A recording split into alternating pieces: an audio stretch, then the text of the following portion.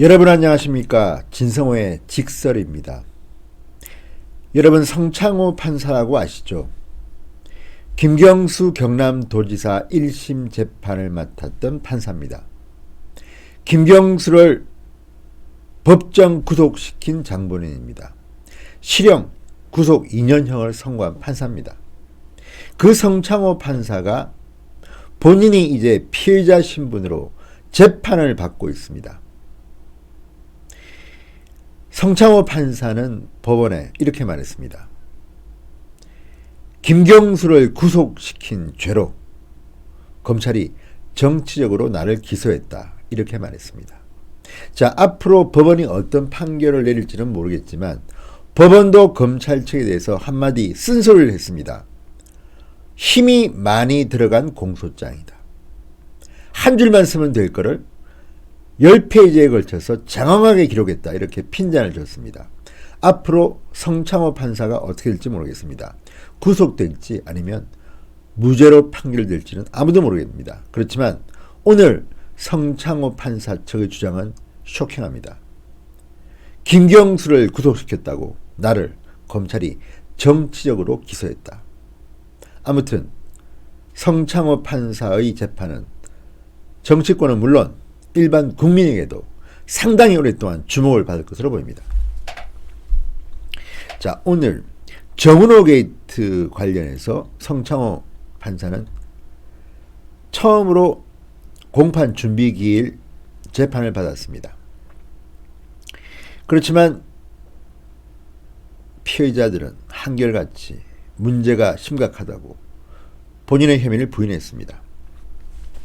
자, 정은호 게이트 당시 서울중앙지법 영장 전담 판사로 근무하며 검찰 수사 상황을 유출한 혐의로 기소된 현직 판사들 3명이 법정에서 자신들의 혐의를 전면 부인했습니다.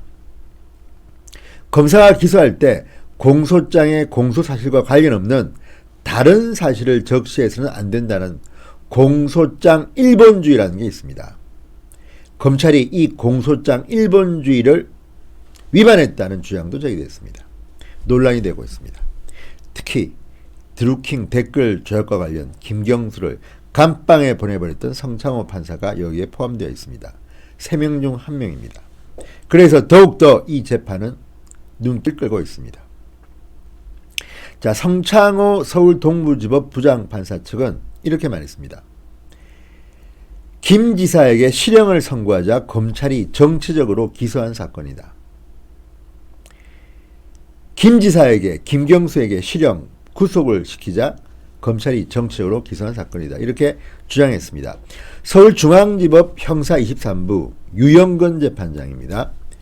자, 20일 공무상 비밀 누설 혐의로 기소된 신광열 전 중앙지법 형사수석 부장판사, 현 서울고법 부장판사와 성창호 부장판사, 조의연 서울북부지법 수석 부장판사 등에 대해서 첫 공판 준비 기일을 열었습니다.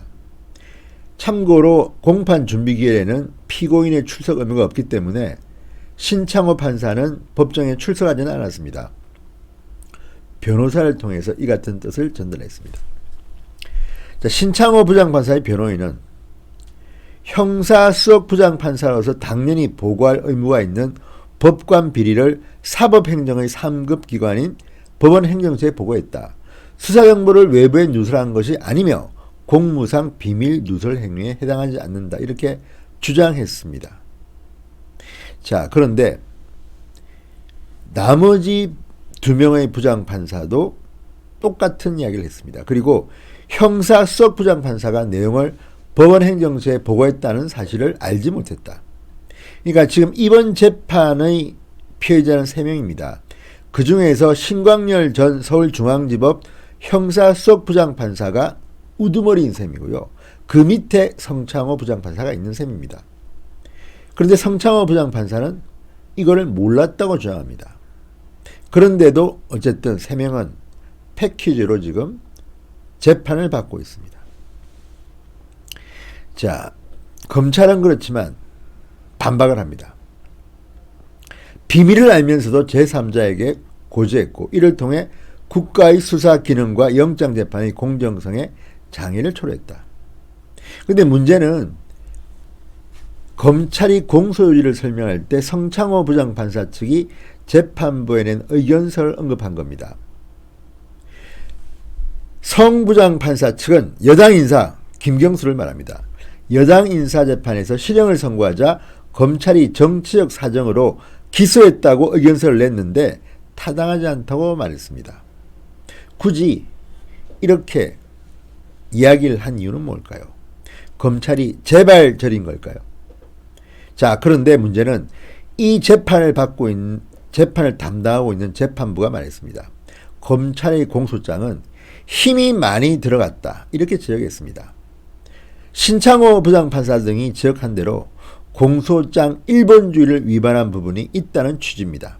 재판부는 피고인들과 직접 관련이 없는 법원 행정처 내부 사정 등이 상당히 들어있다. 극단적으로 말하면 공소장 첫 10페이지는 통상적인 재판이라면 피고인들이 공모했다는 말 한마디로 요약될 것이라고 말했습니다. 그러니까 지금 이 재판을 받고 있는 재판부는 한 줄로 쓰면, 피고인들은 공모했다고 한 줄로 쓰면 될 거를 10페이지에 걸쳐서 장황하게 힘이 들어가서 주장하고 있다. 이런 취지로 말한 겁니다. 자, 그렇다면 이 재판의 결말은 상상은 갑니다. 물론 예단할 수는 없습니다만 이미 재판부도 이 검찰의 기소가 정치적 행위일 수 있다는 가능성을 상당히 강하게 피력하고 있는 것으로 보입니다. 그러면서 이렇게 말했습니다. 기존 사법행정권 남용 사건에서도 공소장을 상당히 수정한 것으로 알고 있다. 재판이 길어질 것 같으니 검찰 측에서 지나치게 외연을 넓히는 것은 자제해달라, 이렇게 요청했습니다. 이 사건은 신창호 판사 등이 정은호 게이트 당시 판사들을 겨냥한 수사를 저지하기 위해서 영장 전담 재판부를 통해서 검찰의 수사 상황과 향후 계획을 수집해서 법원 행정처에 보고했다는 겁니다. 그런데 문제는 이 보고했던 주체는 따로 있고 그 밑에서 일했던 사람이 성창호입니다. 성창호 판사는 본인은 보고할 줄 몰랐다고 주장합니다. 물론 판결은 재판부에서 하겠지만 오늘 이 이야기를 들어보면 성창호 판사는 정치적 희생양일 수도 있겠다는 생각이 듭니다. 자, 이 신부장 판사는 최근에 법관징계위원회에 대법원장이 10명을 징계 청구했는데 여기에도 포함된 것으로 알려지고 있습니다. 어쨌든 성창호 판사는 이 말에 따르면 김경수 구속 하나 때문에 거의 판사 인생이 망가질 위험에 처해 있다, 이렇게 볼 수 있습니다. 이미 지금 성창호 판사 등은 재판을 못하고 있습니다. 그냥 연구만 하고 있습니다. 자, 어쨌든 3월 15일부터 성창호 판사 등은 각자 맡은 재판에서 배제된 채 사법연구 중이기 때문에 이번 판결에 따라서 징계를 받느냐 살아남느냐 기로에 서 있는 것 같습니다. 이 이야기를 듣고 일부 국민들은 성창호 기억해두자, 다음에 정권 바뀌면 대법원 판사로 보내자, 대법관으로 보내자, 이런 말까지 나옵니다. 어쨌든 김경수가 대단한 모양입니다. 성창호 판사가 부들부들 떨고 있습니다. 그리고